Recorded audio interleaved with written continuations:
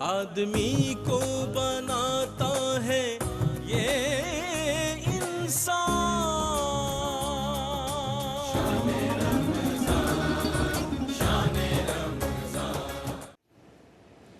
بسم اللہ الرحمن الرحیم. مولا یا صلی وسلم دائما ابدا علی حبیبک خیر الخلق کلہم.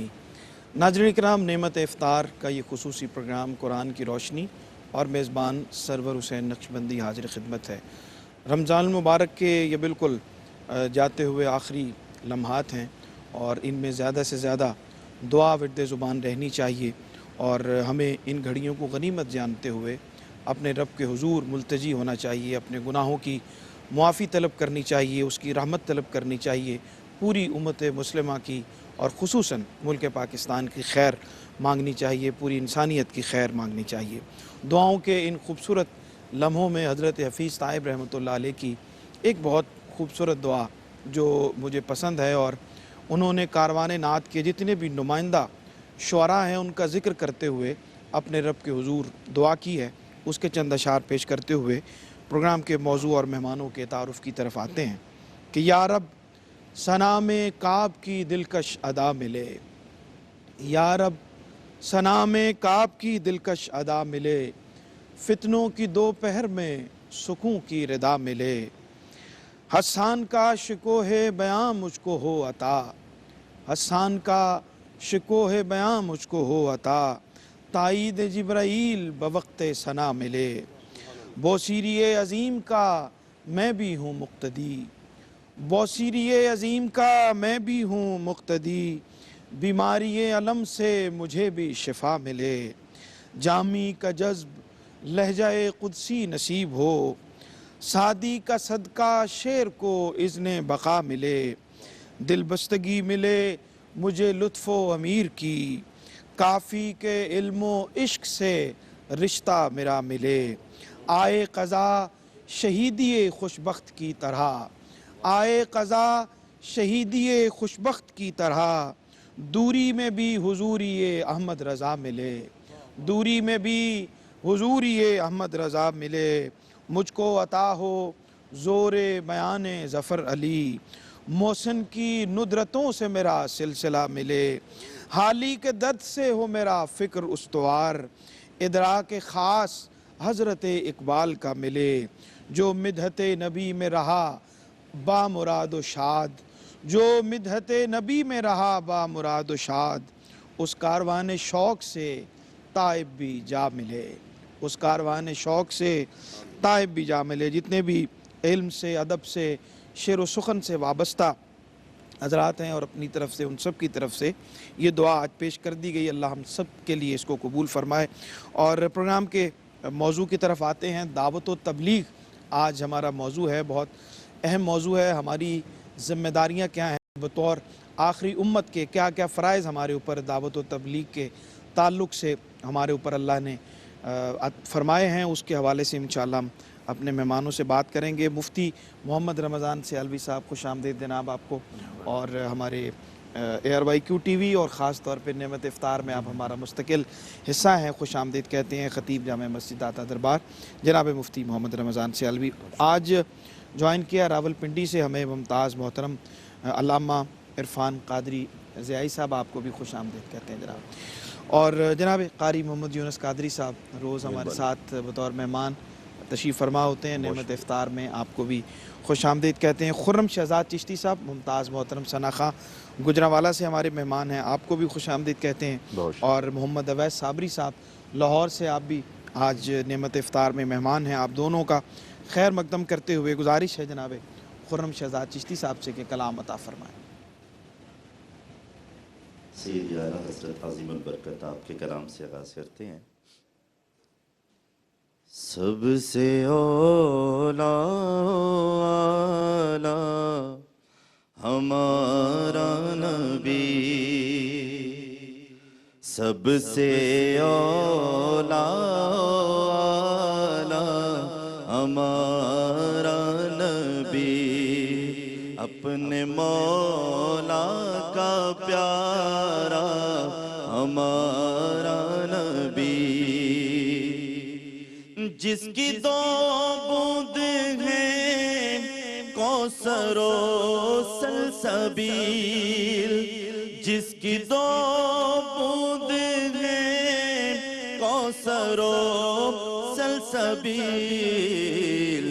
ہے وہ رحمت کا دریا ہمارا نبی ہے وہ رحمت کا دریا ہمارا نبی سب سے اولا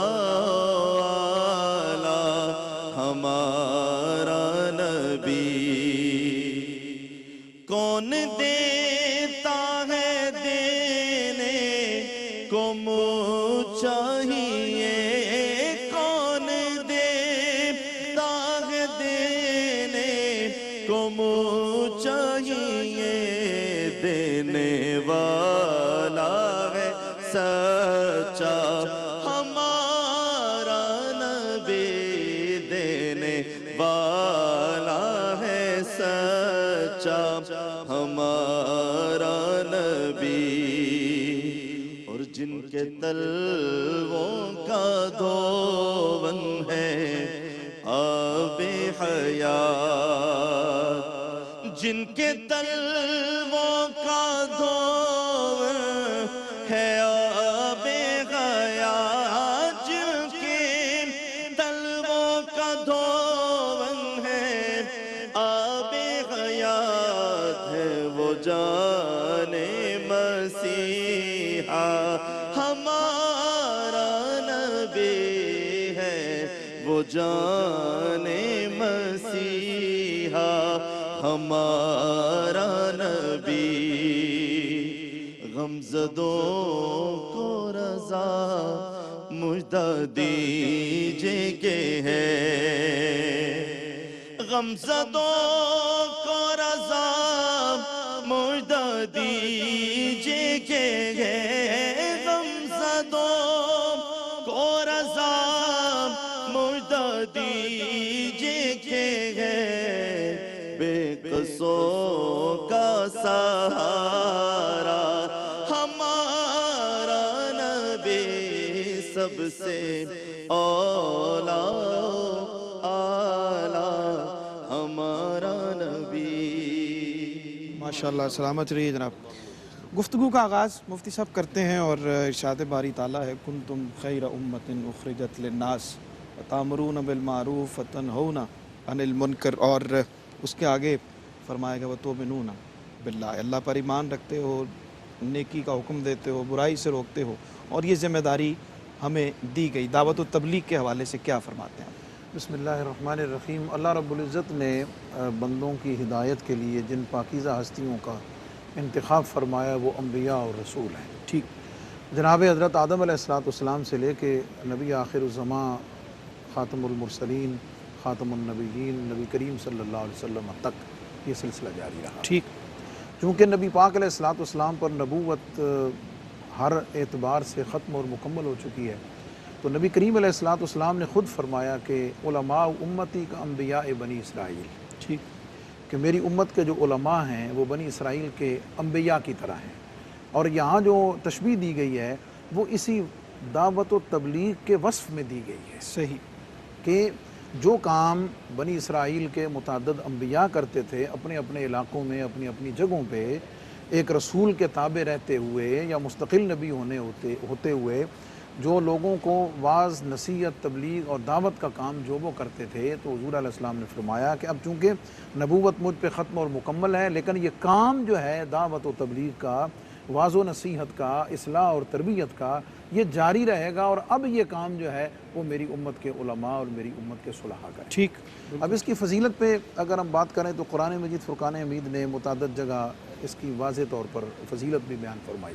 مثلا ایک جگہ اللہ رب العزت ارشاد فرماتے ہیں کہ وَلْتَكُمْ مِنْكُمْ أُمَّةٌ يَدْعُونَ إِلَى الْخَيْرِ وَيَأْمُرُونَ بِالْمَعْرُوفِ، کہ تمہارے اندر ایک جماعت ہونی چاہیے جس کا مشن اور کام ہی یہی ہو۔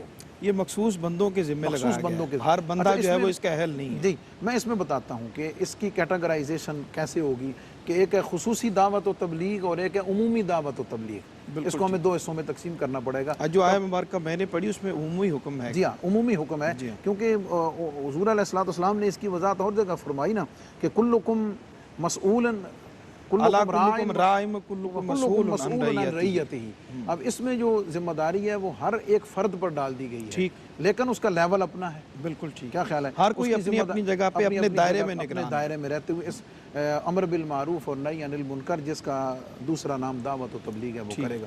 ایک اور جگہ اللہ رب العزت ارشاد فرماتے ہیں کہ ومن احسن قولا ممن دعا الی اللہ وعمل صالحا. فرمایا وہ تم میں سے اس سے اچھا کون ہو سکتا ہے کہ جو اللہ کی طرف بلانے والا ہے. اللہ کی طرف بلانے سے مراد دین کی طرف بلانا, خیر کی طرف بلانا, نیکیوں کا حکم دینا, برائیوں سے روکنا جو ہے, یہ وہ فضیلت ہے. اب اس کے اسالیب کیا ہیں وہ ظاہر قرآن پاک نے آگے بیان کیے ہیں, وہ ہم اس پہ بالکل ٹھیک. اگلے مرحلے میں انشاءاللہ ہم اس پہ آتے ہیں. اور قاری صاحب ضرورت و اہمیت دعوت و تبلیغ کی ابتدائیہ جو ابھی مفتی صاحب نے بیان فرمایا, کچھ اس میں آپ بھی عطا فرمائیں. حضور قبلہ مفتی صاحب نے جس طرح فرمایا ہے کہ قرآن حکیم کے اندر اللہ پاک نے کامیاب لوگوں کا ذکر کیا, فلاح یافتہ جو لوگ ہیں ان کا ذکر کیا, تو فرمایا آل عمران میں ایک آیت نمبر 104 کے اندر فرمایا وَلْتَكُن مِّنكُمْ أُمَّةٌ يَدْعُونَ إِلَى الْخَيْرِ وَيَأْمُرُونَ بِالْمَعْرُوفِ وَيَنْهَوْنَ عَنِ الْمُنكَرِ وَأُولَٰئِكَ هُمُ الْمُفْلِحُونَ.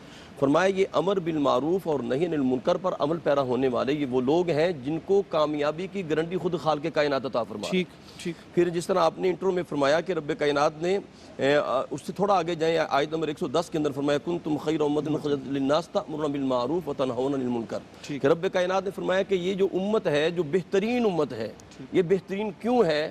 فرمایا یہ جو تمام انسانیت کی بھلائی کے لیے یہ امت پیدا کی گئی ہے, فرمایا یہ بہترین اس لیے ہے, اس کا ترہ امتیاز یہ ہے کہ یہ امر بالمعروف اور نہی عن المنکر پہ عمل پیرا ہوتی ہے. یعنی اور سیدنا عمر فاروق رضی اللہ تعالیٰ عنہ حج کے موقع پر یہ آیت کریمہ تلاوت فرمایا کرتے تھے.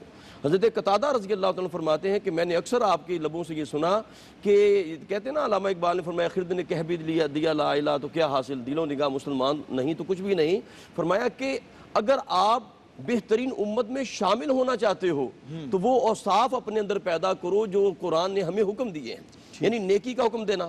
پھر سورہ مائدہ کے اندر رب کائنات نے اپنے پیارے حبیب کو فرمایا یا ایھا الرسول بلغ ما انزل الیک من ربک وان لم تفعل فما بلغت رسالتہ واللہ یعصمک من الناس ان اللہ لا یہدی القوم الکافرین.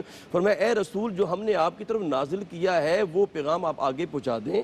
فرمایا اگر آپ نے نہ پہنچایا تو آپ نے رسالت کا کما حق ادا نہ کیا. یہ جو ابلاغ ہے سرور بھائی, سرکار دو عالم نے ایک حدیث کے اندر فرمایا بلغوا انی ولو آیا. فرمایا اگر تمہیں ایک آیت بھی پہنچے تو اس آیت کو, اس پیغام کو, اس پیغام حق کو آگے پہنچاؤ, یہ تمہاری اوپر فرض ہے. تو یہ جو تبلیغ کا کام ہے, یہ جو امر بالمعروف کا کام ہے, نہی عن المنکر کا کام ہے, یہ آدم سے لے کر کریم آقا علیہ الصلوۃ والسلام تک. پھر قبلہ مفتی صاحب نے فرمایا اب نبوت کا رسالت کا دروازہ بند ہو گیا, اب یہ سرکار دو عالم کے امت کے علماء پر یہ ذمہ داری عائد ہوتی ہے. کریم آقا علیہ الصلوۃ والسلام نے اس حوالے سے فرمایا کہ وہ امت جس کے اندر یہ چیز ختم ہو جائے, اس کا فقدان ہو جائے, وہ امر بالمعروف اور نہی عن المنکر پہ عمل پیرا نہ ہو, فرمایا اگر یہ چیز ان کے اندر نہ رہے تو ان کی دعائیں بھی قبول نہیں ہوتی. وہ اللہ کی بارگاہ میں دعا کریں. اب دیکھیں پوری قوم کرونا کے لیے دعا کر رہی ہے, دعائیں قبول کیوں نہیں ہوتی؟ ہم حق ادا نہیں کر رہے عمل بالمعروف کا, نہی عن المنکر کا. تو کریم آقا نے فرمایا کہ جو بندہ اس پہ عمل نہیں کرتا اس کی دعائیں بھی اللہ کی بارگاہ میں قبول نہیں ہوتی. بالکل ٹھیک. علامہ عرفان قادری ضیائی صاحب ہمارے ساتھ موجود ہیں. دعوت و تبلیغ کی جو فضیلت ہے, اس کی جو اہمیت ہے, اس کے تقاضے ہیں, اس حوالے سے کچھ ارشاد فرمائیے. اعوذ باللہ من الشیطان الرجیم بسم اللہ الرحمن الرحیم ومن احسن قولا ممن دعا الی اللہ وعمل صالحا وقال اننی من المسلمین. الصلاۃ والسلام علیک یا سیدی یا رسول اللہ وعلی آلک واصحابک یا سیدی یا حبیب اللہ. بات کرنے سے قبل میں آپ کا اور کیو ٹی وی کی پوری ٹیم کا شکر گزار ہوں کہ نعمت رمضان افطار کے اس خوبصورت پروگرام میں مدعو کیا گیا اللہ رب العالمین علم و عمر میں برکتیں عطا فرمائے. دعوت و تبلیغ کے حوالے سے میں نے قرآن مجید والفرقان حمید کی آیہ کریمہ تلاوت کی ہے, جس کے اندر جو ہے وہ اللہ رب العالمین فرما رہا ہے وَمَنْ أَحْسَنُ قَوْلًا مِمَّنْ دَعَا إِلَى اللَّهِ. اس سے بہتر بات کیا ہوگی جو لوگ اللہ کی طرف لوگوں کو بلاتے ہیں, اور نیک عمل کرتے ہیں. وَمَنْ أَحْسَنُ قَوْلًا مِمَّنْ دَعَا إِلَى اللَّهِ وَعَمِلَ صَالِحًا, کہ جو نیک عمل کرتے ہیں وَعَمِلَ صَالِحًا, اس کے بعد جا کر وہ کہتے ہیں کہ پھر خود کو نیک عمل بھی کرتے ہیں، لوگوں کو اللہ کی طرف بھی بلاتے ہیں، پھر اس کے ساتھ یہ ہے کہ خود کو وہ مسلم کہتے ہیں۔ اس آیہ کریمہ کے اندر اللہ رب العالمین فضیلت بیان کر رہا ہے جو دعوت و تبلیغ دیتے ہیں۔ دعوت و تبلیغ جو ہے یہ ہمارا اسلام جو ہے ایک دعوتی دین ہے جس کے اندر یہ ایک سدا اور ہمیشہ رہنے والا ہے۔ اگر دیکھا جائے تو باقی بھی مذاہب کے اندر آپ اگر دیکھیں تو اس سے بڑھ کر اگر ہمارے فرائض کے اندر اگر دعوت و تبلیغ کو سر فہرست رکھا گیا ہے تو وہ ایک فطرتی بات ہے۔ اس کی وجہ یہ ہے کہ باقی مذاہب میں دیکھیں تو نسل پر یا فوقیت دینے پر یا کوئی لیمیٹڈ ایک جو ہے وہ گروہ پر جو ہے وہ اس کو محدود رکھا گیا ہے، لیکن الحمدللہ ثم الحمدللہ دین اسلام ایک اتنا پیارا مذہب ہے کہ نہ تو یہ نسل کے اندر نہ کسی کی مطلب جو ہے وہ اپنا حیثیت کو دیکھ کر اس کو دعوت دی جاتی ہے، بلکہ عوام الناس کے لیے عام اللہ کی طرف بلانے کو اور اللہ رب العالمین جو ہے وہ اس کو بہتر جانے کے لیے بالکل ٹھیک۔ بریک کا وقت ہوا ہے ناظرین، اور واپس آتے ہیں تو پھر دعوت و تبلیغ کا اسلوب کیا ہوتا ہے اس پہ ہم بات کرتے ہیں۔ جو دعوت دینے والا ہے اس کے لیے کیا شرائط ہیں اور اس کے کیا اثرات رونما ہوتے ہیں، کس طرح سے اس عمل کو اور اس اللہ تعالیٰ کے حکم کو لے کر انسانیت تک پہنچنا چاہیے۔ ہمارے ساتھ رہیے، بھی لوٹتے ہیں ایک چھوٹے سے وقفے کے بعد۔ جی ناظرین، خوش آمدید کہتے ہیں وقفے کے بعد آپ کو، اور اسلوب دعوت و تبلیغ کا کیا ہونا چاہیے اس پہ انشاءاللہ ہم بات کرتے ہیں، لیکن ہمارے ساتھ موجود ہیں محمد اویس صابری لاہور سے، نوجوان ممتاز ثنا خاں، ان سے کلام شامل کرتے ہیں پروگرام میں۔ بسم اللہ کیجیے۔ چھیڑتا ہوں میں بھی اب تذکرہ مدینے کا، چھیڑتا ہوں میں بھی اب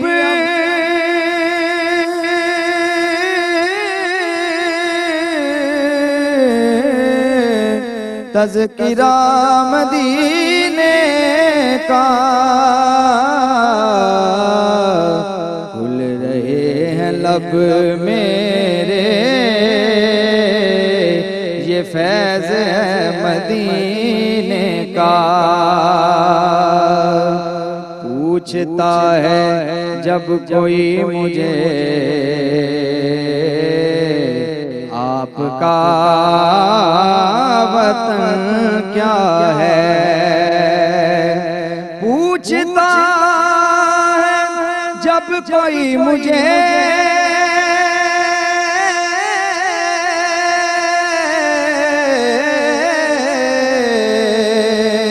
آپ کا وطن کیا ہے، تو دل جواب دیتا ہے لکھ پتہ مدینے کا، آسمان کی خواہش ہے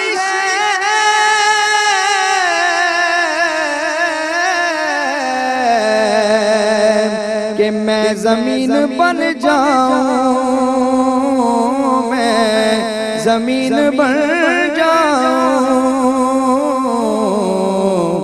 جب سے اس نے دیکھا ہے مرتبہ مدینے کا، کب کمر گیا ہوتا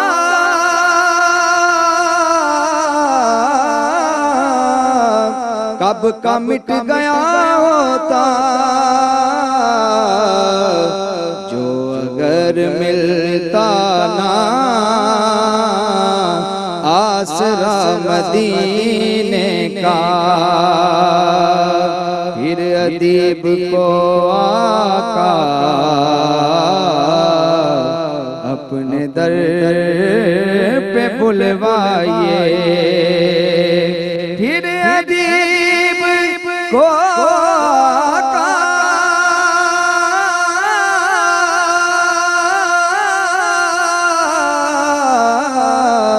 اپنے در پہ بلوائیے، روز ایک جاتا ہے قافلہ مدینے کا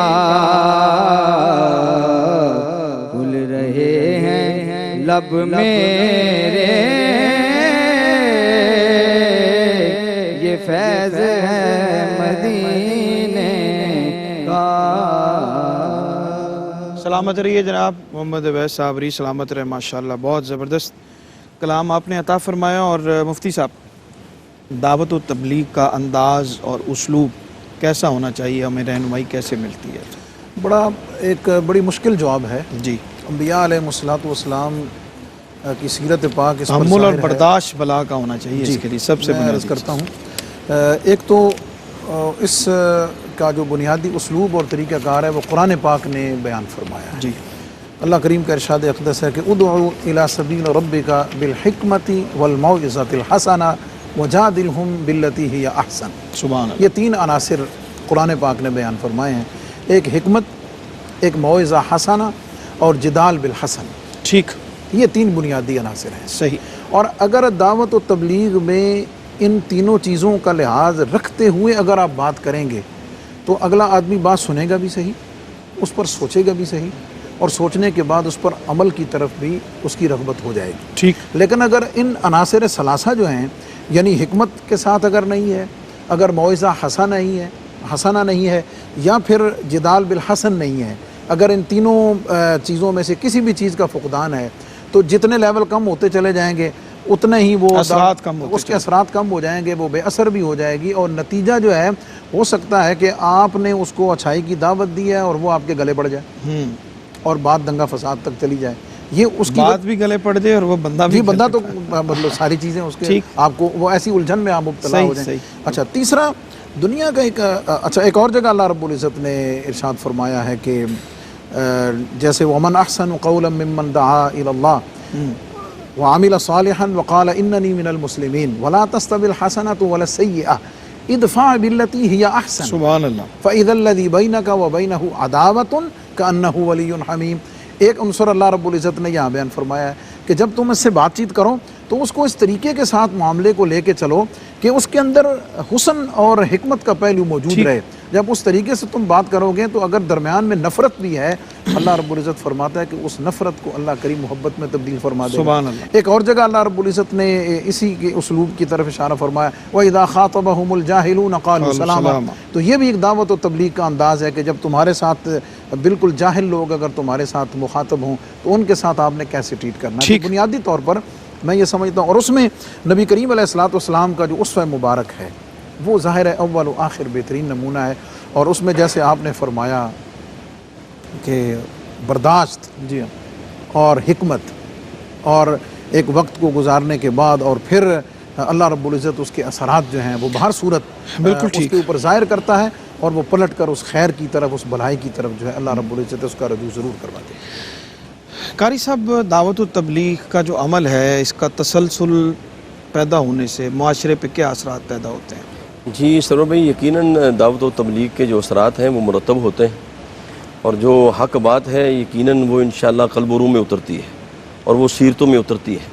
اور جس طرح کہ مفتی صاحب نے فرمایا کہ انداز جو دعوت تبلیغ کا انداز ہے وہ ایسا ہونا چاہیے کہ جب وہ بندہ دعوت دیتا ہے تو اس کا رب کائنات کی بارگاہ سے اجر کیا ملتا ہے.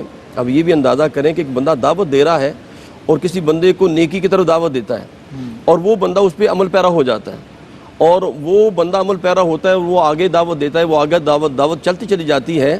تو جو بندہ پہلے دعوت دینے والا ہوتا ہے تو جتنا دعوت دینے والے کو ادھر مدعو ہوتا ہے بندہ, تو جو بندہ اس پہ عمل پیرا ہوتا ہے جتنا ثواب رب کائنات اسے عطا فرماتے ہیں, وہ دعوت دینے والا جو ہے رب کائنات اسے بھی اتنا ہی اجر عطا فرما دیتے ہیں اور اس کے اجر میں کمی نہیں آتی. اور یقیناً جب بندہ دعوت دیتا ہے اور راستے کے پر گامزن ہوتا ہے اور صراط مستقیم پر گامزن ہو کر وہ دعوت دیتا ہے, تو کریم آقا علیہ السلام کا فرمان عالی شان ہے کہ جب بندہ دعوت دے, اور حضرت ابو ہریرہ سے مروی ہے, کریم آقا نے فرمایا کہ مجھے اللہ کی عزت کی قسم ہے, اللہ کی عزت کی قسم اٹھا کے فرمایا کہ جس کے قبضہ قدرت میں میری جان ہے, فرمایا جس معاشرے سے دعوت اور تبلیغ کا سلسلہ ختم ہو جاتا ہے, فرمایا رب کائنات ان پر ایسے لوگ مسلط کر دیتا ہے جو بے عمل ہوتے ہیں, جو گناہگار ہوتے ہیں سیاہکار ہوتے ہیں. تو دعوت و تبلیغ کیسے ہونی چاہیے؟ جس طرح مفتی صاحب نے بیان فرمایا، مجھے ایک واقعہ یاد آ رہا ہے. امام عالی مقام و امام حسن مجتبی رضی اللہ تعالیٰ عنہ کے سامنے ایک بزرگ تھے، وہ وضو فرما رہے تھے، وضو کر رہے تھے، وضو ان کا ٹھیک نہیں کر رہے تھے. تو آپ نے اب دیکھیں انہیں سختی سے نہیں کہا، یعنی انداز دیکھیں کیسا ہے. آپ نے کہا بابا جی ہم دونوں وضو کرتے ہیں، آپ دیکھیے گا کہ ہم دونوں میں سے کس کا وضو زیادہ بہتر ہے. جب دونوں شہزادوں نے وضو کیا تو وہ بابا سمجھ گیا. وہ بابا کہنے لگا میں سمجھ گیا ہوں بیٹا کہ میرا ہی وضو ٹھیک نہیں تھا، تمہارا بالکل وضو کا انداز بالکل ٹھیک ہے. تو دعوت و تبلیغ کا یہ اثر یہ ہونا چاہیے کہ پتھر دل جو ہوتے ہیں وہ بھی پھر مومن ہو جاتے ہیں. اور اگر آپ نے دعوت و تبلیغ کو دیکھنا ہے تو سرکار دو عالم کے طائف کے سفر کو دیکھیں کہ میرے آقا نے کس طرح دعوت و تبلیغ کی، اور پھر اثرات ایسے مرتب ہوئے کہ پھر انہی کی نسلوں میں سے رب کائنات نے ایمان والے پیدا فرما دیے. بالکل ٹھیک. علامہ عرفان قادری صاحب، دعوت و تبلیغ کے اصول، اس کی شرائط کیا ہیں اور جو ایک دعوت دینے والے کے اندر موجود ہونے چاہیے؟ ایک تو یہ کہ ایک عمومی ذکر کر دیا گیا کہ ہر کسی کو اس میں اپنی اپنی سطح پہ حصہ ڈالنا چاہیے، لیکن اگر آپ باقاعدہ ایک مبلغ کے طور پر، ایک داعی کے طور پر سامنے آتے ہیں تو آپ میں کیا اصول شرائط کا پابند آپ کو ہونا چاہیے اور اس کے بعد آپ کسی کو دعوت دیں؟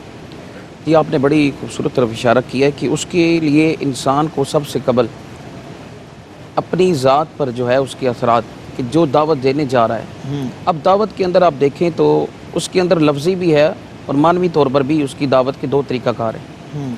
ایک انسان جو ہے وہ لفظی طور پر کسی کو، اور دعوت تبلیغ ہے کیا کہ اللہ کی طرف بلانا، نیکی کی دعوت دینا اور برائی سے روکنا ہے. بلغ انی ولو آیا، کہ حضور کا فرمان بھی ہے کہ حدیث مبارکہ کہ حضور فرماتے ہیں کہ ایک آیت بھی ہو لیکن یہ ہے کہ تم لوگوں تک پہنچاؤ. قل ھذی سبیلی ادعو الی اللہ علی بصیرۃ انا ومن اتبعنی وسبحان اللہ وما انا من المشرکین. اس کے اندر بھی قرآن مجید کے اندر اللہ رب العالمین فرما رہے کہ اے محبوب آپ فرما دیجیے کہ کیا کرو کہ اللہ کی طرف بلاؤ، اور کس طرح بلاؤ کہ دلائل کے ساتھ.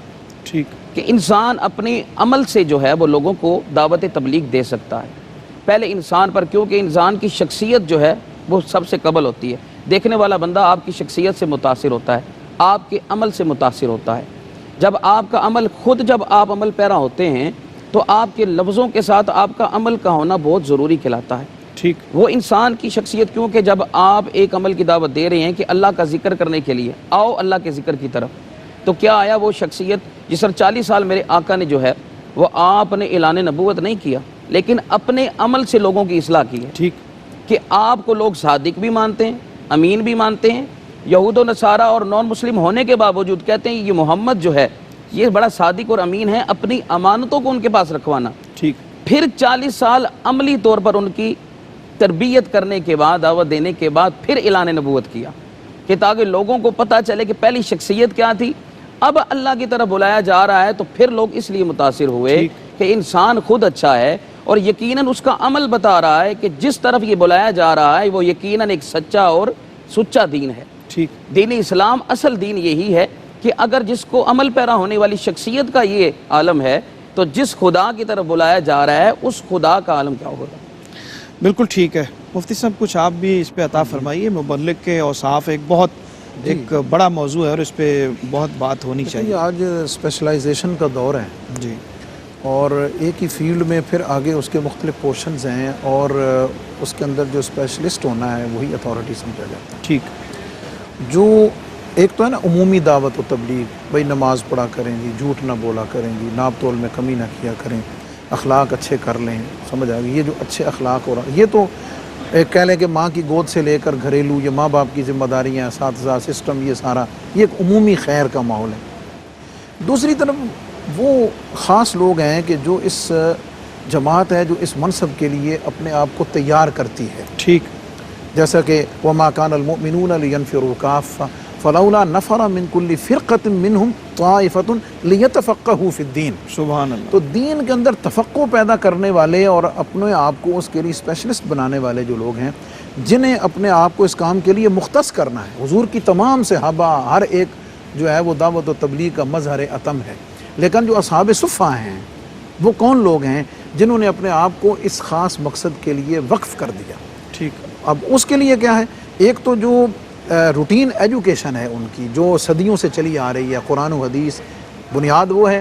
اس کو سمجھنے کے لیے اس کو جو علوم عالیہ ہیں، جو ایک سلیبس ہے، جو وقت زمانے کے ساتھ اس میں جو بھی ہو، لیکن اس کی بنیاد جو ہے وہ وہی رہتی ہے۔ سب سے پہلی اتھارٹی جو ہے وہ دین کی بات کرنے میں تو وہ علوم ہے، کہ جو اس کے اندر اس کو ایکسپرٹ ہونا چاہیے، اور اس کے ایکسپرٹ ہونے میں بھی اتھارٹی یہ نہیں ہے کہ وہ کسی اور کے اردو ترجمے کیے ہوئے پڑھ کے سنانے کے بعد اپنے آپ کو مذہبی رہنما اور اپنے آپ کو اتھارٹی کر لے یا اس کے اوپر تبصرے کرے۔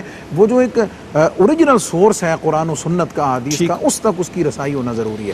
یہ تو ہو گیا نا علم کی بات۔ ٹھیک۔ اب اس کے بعد پھر اس کی اپنی طبیعت، اور جیسے حضرت نے فرمایا اس کا عملی نمونہ بننا، جیسے اللہ رب العزت فرماتا ہے کہ یا ایھا الذین آمنوا لم تقولون ما لا تفعلون، اس کے ساتھ اس کی عمل اور عمل کے ساتھ ایک بنیادی عنصر یہ ہے کہ جب وہ دعوت و تبلیغ کا فریضہ سر انجام دے رہا ہو، اس کے لہجے، اس کے الفاظ سے اخلاص ٹپکے کہ یہ دوسرے کی خیر خواہی اور بھلائی چاہ رہا ہے، بالکل ٹھیک، اس کا نفع چاہ رہا ہے۔ بالکل ٹھیک۔ بڑی امپورٹنٹ بات ہوئی ہے۔ سب سے پہلے تو کردار کو پیش کیا جانا، ہمیں سیرت سے، تبلیغ سے پہلے آپ کا کردار اس لیول کا ہونا چاہیے کہ آپ کی بات سنی جائے، اور پھر قرآن کریم میں جو ارشاد باری تعالیٰ ہے کہ تم وہ بات کیوں کہتے ہو جس پہ خود عمل نہیں کرتے، اس پہ بات کرتے ہیں لیکن ایک چھوٹے سے وقفے کے بعد۔ جی خوش آمدید کہتے ہیں ناظرین آپ کو، اور آج دعوت و تبلیغ پہ ہم بات کر رہے ہیں، اس کے مختلف پہلوؤں پہ ہم نے بات کی ہے، اور ہمیں دو بہت ہی زبردست ہمارے مہمان ہیں جنہوں نے جوائن کیا ہے۔ حافظ محمد عطاء الرحمان صاحب، السلام علیکم جناب، مائک آپ کے پاس ہوگا ذرا، اور حافظ محمد ضیاء الرحمان صاحب۔ اچھا جی، دونوں کو خوش آمدید کہتے ہیں بہت بہت، اور یہ ہمارے ناظرین شاید پہلے بھی ان سے ملاقات ہو چکی ہے، یعنی ہمارے مفتی محمد رمضان سیالوی صاحب کے صاحبزادے ہیں، اور دونوں نے ماشاءاللہ اس دفعہ قرآن پاک دونوں نے مفتی صاحب سنایا۔ جی آپ کو اپنی بھی مبارکباد اور صاحبزادگان کی بھی مبارکباد۔ کیسا لگتا ہے پہلے تو یہ ایک کہ اگلی نسل میں اپنا ذوق منتقل ہونا، اور خاص طور پہ قرآن کریم کے حوالے سے منتقل ہونا، کیسا یہ؟ میں اس پر جی اللہ تعالیٰ کا جتنا بھی شکر ادا کروں، ہمارے جو بڑے علمی لوگ ہیں اپنی مصروفیت کی وجہ سے ان کے ہاں یہ کمی رہ جاتی ہے۔ میں مدت سے میرے یہ ذہن میں بات تھی کہ وہ ان کی مصروفیات کا اس طرح کا لیول ہوتا ہے کہ وہ اس طرف توجہ نہیں دے پاتے ہیں، تو میں بھی ایڈمٹ کرتا ہوں، ایگری کرتا ہوں کہ میں کو بہت زیادہ توجہ نہیں دے پایا۔ یہی وجہ ہے کہ میں ہمیشہ ان کی اس کامیابی کا کریڈٹ ان کی والدہ کو دیتا ہوں۔ جی پہلے بھی غیر موجودگی میں انہوں نے ان ساری چیزوں کو بہت اچھے طریقے سے امپورٹنٹ یہ ذمہ داری ہے، اور بہت بڑی ذمہ داری ہے سر۔ تو یہ خاص طور پر میری والدہ صاحبہ، ان کی دادی اماں جو ہیں، وہ ہمیشہ دعا فرمایا کرتی تھی، تو میں ان کی دعاؤں کا یہ ثمر سمجھتا ہوں۔ بالکل ٹھیک۔ اور حضور داتا صاحب رحمۃ اللہ علیہ کی بارگاہ سے میں اسے، جو میں اپنے، میری اپنی ایک فیلنگ ہے، میرا ایک اپنا تعلق ہے داتا صاحب کے ساتھ، ایک خطیب سے ہٹ کے بھی، ٹھیک، تو میں سمجھتا ہوں کہ شاید یہ ان کی خصوصی روحانی عنایت ہے۔ الحمدللہ، اللہ تعالیٰ یہ برکتوں کا تسلسل جو ہے اسی طرح سے جاری رکھے۔ اور پہلا مصلح سنایا آپ دونوں نے، اب مائک میں آپ بات کیجیے گا، آپ نے دوسرا سنایا ماشاءاللہ، اور آپ نے، انہوں نے پہلا سنایا اس دفعہ۔ چلیں چند آیات اگر تلاوت برکت کے لیے فرما دیں تو بڑی نوازش ہوگی۔ اعوذ باللہ من الشیطان الرجیم، سبحان اللہ۔ بسم اللہ الرحمن الرحیم،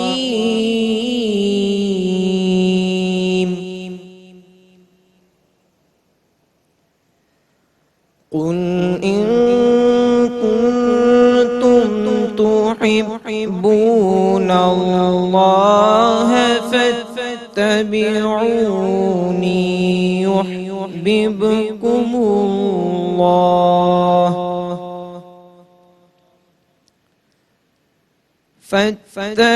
فاتبعونی یحببکم اللہ ویغفر لکم ذنوبکم واللہ غفور رحیم۔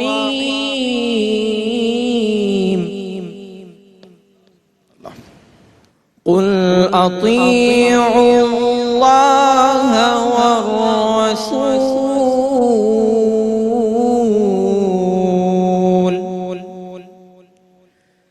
فإن تولوا فإن اللہ لا يحب الكافرین۔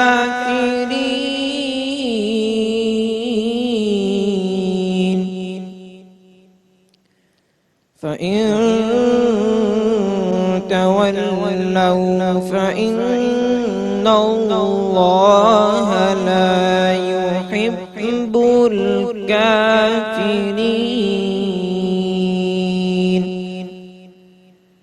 صدق الله العظيم.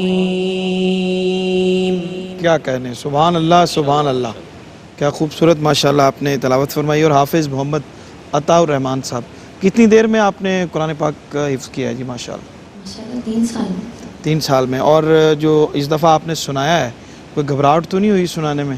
لگ تو نہیں رہا تھا کہ میں سنا لوں گا، کوئی اس میں بھولنے والا معاملہ تو نہیں؟ شروع میں ہوتا ہے پھر. اچھا، جب سلسلہ چل نکلتا ہے تو پھر آسان ہو جاتا ہے. بسم اللہ، کچھ عطا فرمائیں تلاوت کلام پاک. اعوذ باللہ من الشیطان الرجیم.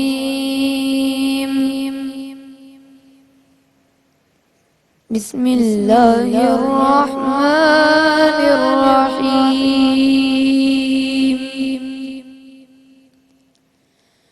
رب المشرقین ورب المغربین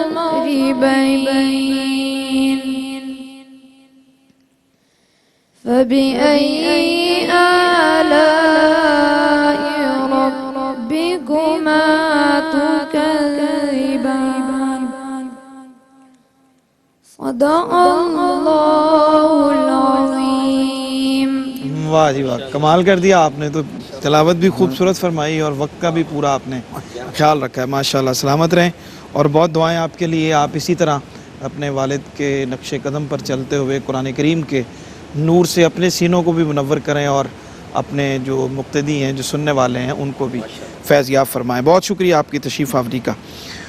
قاری صاحب، آج کے اس موضوع کے حوالے سے کیا پیغام عطا فرماتے ہیں؟ اور یہ جو دعوت و تبلیغ ہمارا آج موضوع تھا، اس میں ہماری اپنی معاشرے کی ارد گرد کے ماحول کی تبدیلی کے کس طرح سے ذرائع اس کے اندر موجود ہیں؟ پہلے تو سر میں مفتی صاحب کو مبارکباد پیش کرتا ہوں ان شہزادوں کو نماز تراویح ادا کرنے پر. الحمدللہ بہت بڑا اعزاز شرف ہے آپ کو ملا، اور خاص طور پہ ان کے اہل خانہ کو اللہ پاک سب کو اس کی برکات عطا فرمائے. سر بھائی، دعوت و تبلیغ کے حوالے سے کہیں تو فرض کفایہ ہے، جس طرح مفتی صاحب نے فرمایا کہ ایک گروہ ہونا چاہیے، کہیں یہ فرض عین بھی بن جاتا ہے. ٹھیک کہ جس طرح ایک والد ہے وہ اپنے گھر میں دیکھتا ہے، ماحول کو دیکھتا ہے، اپنے بیٹے کو، اپنی بیٹی کو دیکھتا ہے، اپنے ماتحت لوگوں کو دیکھتا ہے. اگر وہاں کہیں گڑبڑ نظر آتی ہے تو وہاں فرض عین بن جاتا ہے. ٹھیک. اگر وہ وہاں امر بالمعروف نہیں منکر پہ عمل پیرا نہیں ہوتا تو اللہ کی بارگاہ میں مجرم ہوتا ہے. اور جس قوم سے یہ چیز نکل جائے، حضرت یوشع بن نون علیہ السلام کو اللہ پاک نے وحی فرمایا کہ تمہاری جو قوم ہے اس میں 40,000 نیکوکار ہیں، عبادت گزار، اور 60,000 گناہگار ہیں، میں نے سب پر عذاب نازل کر دیا. تو یوشع بن نون نے اللہ کی بارگاہ میں عرض کی، مالک وہ جو نیکوکار ہیں، جو عبادت گزار ہیں، فرمایا وہ بھی ان کے ساتھ مل کے کھاتے پیتے تھے اور ان پر کبھی غضب نہیں آتا تھا، چہرے پر تغیر تبدل نہیں آتا تھا. اسی طرح عائشہ صدیقہ رضی اللہ تعالیٰ عنہ فرماتی ہیں، کریم آقا علیہ السلام نے ایک قوم کی بابت فرمایا کہ اس میں 18,000 لوگ متقی تھے، عبادت گزار تھے، اس پر عذاب نازل ہو گیا. تو کریم آقا کی بارگاہ میں عرض کی گئی کہ یا رسول اللہ وہ جو نیکوکار تھے وہ کدھر گئے؟ فرمایا وہ بھی انہی کے ساتھ مل گئے تھے اور انہیں جناب عبادت تک محدود رہتے تھے. تو پیغام یہ ہے کہ جہاں بندہ ہو جو وہ مسئول ہے اپنے معاملات کا، اسے چاہیے کہ وہاں فرض کے تحت وہ امر کا حکم دے، نیکی کا، اور برائی سے منع کرے. علامہ عرفان صاحب کیا فرماتے ہیں آج کی گفتگو کو سمیٹتے ہوئے پیغام کی صورت میں کچھ عطا؟ سرور بھائی، سب سے پہلے تو ہمیں غیر مسلمانوں کو مسلمان کرنے سے زیادہ ضروری جو ہے وہ نام کے مسلمانوں کو کام کا مسلمان بنانا ہے. ٹھیک. قومی مسلمانوں کو ہم نے مذہبی مسلمان بنانا ہے، اور جو ہے وہ لفظی مسلمان کو ہم نے مانوی مسلمان بنانا ہے. ٹھیک. یاد رکھیے گا، جس طرح ہم ایک مسلمان کے گھر میں پیدا ہوئے، اس کا ایمان کی پختگی کا عالم ہو رہا ہے. بلکہ بنانے سے بھی پہلے خود پہلے بننا ہے، پھر اگلے بنانے سے قبل خود. ٹھیک. ہمیں پہلے اپنی اصلاح کرنی. اس کی وجہ یہ ہے کہ آپ دیکھیں معاشرے کے اندر ہم ایک مسلمان کے گھر میں پیدا ہوئے، اذان دی گئی، اگر والد گرامی نے جمعہ پڑھا تو بیٹے نے جمعہ ہی پڑھا. ٹھیک. جو بنیادی باتیں جو گھر میں بتائی گئیں وہی باتیں ہیں. تو اگر نان مسلم جو ہے وہ اپنے مذہب کو چھوڑ کر جب اسلام کو قبول کرتا ہے تو اس کا ایمان زیادہ پختہ اس لیے ہوتا ہے کیونکہ اپنے مذہب کو چھوڑنا، پھر دوسرے مذہب کو اپنانے کے لیے اس نے دین کو پڑھنا، اس کی تبلیغ کو دیکھ کر، اس کے فوائد کو دیکھ کر تب جا کر وہ جب اسلام کو قبول کرتا ہے تو اس کا ایمان زیادہ پختہ ہوتا ہے. بالکل تو ٹھیک. اس لیے ہمیں اپنی بچوں کی تربیت کرتے ہوئے یہ ہمیں بنیادی طور پر آنے والے مستقبل میں اب چاہتے ہیں کہ ہماری نسلیں جو ہیں وہ کم از کم یہ ہے کہ سچا اور پکا مسلمان بن جائیں, تو اس کے لیے ہمیں جو ہے وہ عملی طور پر جو ہے وہ اپنے بچوں کی تربیت کرنی پڑے گی. مفتی صاحب مختصر یہ ہے کہ ایک پہلو وہ ہے کہ جس میں اسلام کی حقانیت, جی, اللہ رب العزت کی وحدانیت, اس کا وجود, اور یہ جو دین کے بنیادی اور اعتقادی پہلو ہیں, ٹھیک, اس کے لیے اسپیشلسٹ اور خاص لوگ کہ جو دیگر ادیان کے لوگ ہیں ان کے ساتھ مکالمہ یا ان کو وہ دین کی دعوت دیں, ٹھیک, یہ وہ خاص لوگ ہیں خاص لوگوں کے لیے. لیکن جو عمومی مبلغین ہیں ان کا فوکس تو مسلم معاشرے کی تربیت اور مسلم معاشرے میں موجود فساد. اور اگر میں یہاں ریکارڈ پہ لانے کے لیے یہ بات بالکل واضح کر دوں کہ معاشرے میں موجود جو بگاڑ ہے مسلم امہ میں, مسلم قوموں میں, ہاں کوئی اس کی رسپانسبلٹی کو لینے کے لیے تیار نہیں. بالکل ٹھیک, ہر ایک دوسرے پہ ڈال رہا ہے. میں یہ سمجھتا ہوں بطور اسکالر کہ یہ اصلاً ذمہ داری اللہ اور اس کے رسول کی طرف سے علماء اور مبلغین کی ہے جنہوں نے ہر طبقے کی اصلاح کرنی. بالکل جب وہ اپنی ذمہ داری پوری کریں گے تو حکمرانوں کی بھی, سیاستدانوں کی بھی, باقی تمام لوگ جو ہیں وہ ظاہر ہے اس اسلام کے دائرے میں آئیں گے اور انہیں پھر اس پہ عمل کرتے ہوئے اچھا معاشرہ قائم کرنے میں مدد. بہت شکریہ قبلہ مفتی صاحب جناب علامہ عرفان قادری صاحب, جناب قاری محمد یونس قادری صاحب اور حافظ محمد عطاء الرحمان صاحب اور قاری محمد ضیاء الرحمان صاحب, آپ سب کا بہت شکریہ.